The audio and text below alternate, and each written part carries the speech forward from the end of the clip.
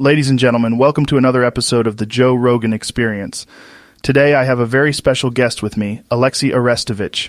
Welcome to the show. Thanks, Joe. It's great to be here. Olексій is known for his interesting presentation of events on the front line. He has already become a meme. All of our podcast listeners want to hear about the situation in Ukraine, but I'm particularly interested in the following. Люся. Who is she? Can you tell us a bit about her? Absolutely, Joe. Люся is more than just Sorry, Olексій, could you speak a little louder? Sure, of course. Sorry about that. Люся is more than just a character to me. She's a part of my identity, and I believe that every man has a Люся inside of him. Sometimes we might hide that side of ourselves, but I think it's beautiful to embrace it and let it shine. Here's Люся. Yeah, it's me. That's a really interesting perspective. So, do you see Люся as a symbol of masculinity?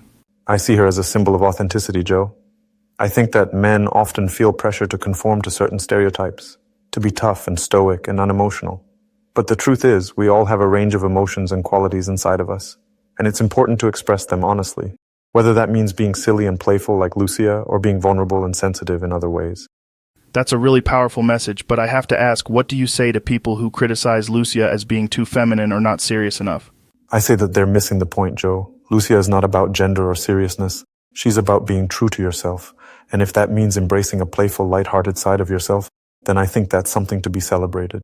I can definitely see where you're coming from, but do you think there's any danger in encouraging men to embrace traditionally feminine traits? I don't see it as a danger at all, Joe. I think that when men feel free to express their full range of emotions and qualities, everyone benefits. It leads to more authentic relationships, better communication, and a more compassionate society overall. So I want to shift gears now and talk about the situation in Ukraine. We've seen a lot of back and forth between Ukrainian and Russian forces over the past few months. What do you think the next move is going to be? As you know, I'm not a military expert. Well, officially. But based on what I've been seeing and hearing, I think it's likely that we'll see a spring counterattack by the Ukrainian army in the coming weeks. Can you tell us more about that? Where do you think it will start, and what do you think the objectives will be? Well, again, I don't want to speculate too much, but I think the counterattack will likely start in the eastern regions of Ukraine, where we've seen the most intense fighting. As for the objectives, I think the primary goal will be to push back against Russian forces and regain control of territory that has been lost. That's definitely a bold move. But do you think it's feasible for the Ukrainian army to mount a successful counterattack against a much larger and better equipped Russian military?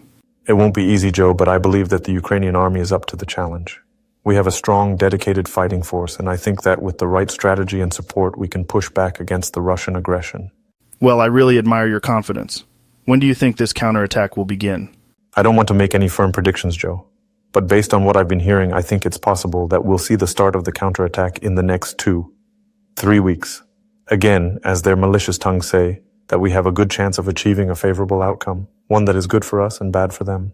Well, I'm sure that's something that a lot of people will be keeping an eye on. Thanks for sharing your insights with us, Olексій. It's been a really fascinating conversation.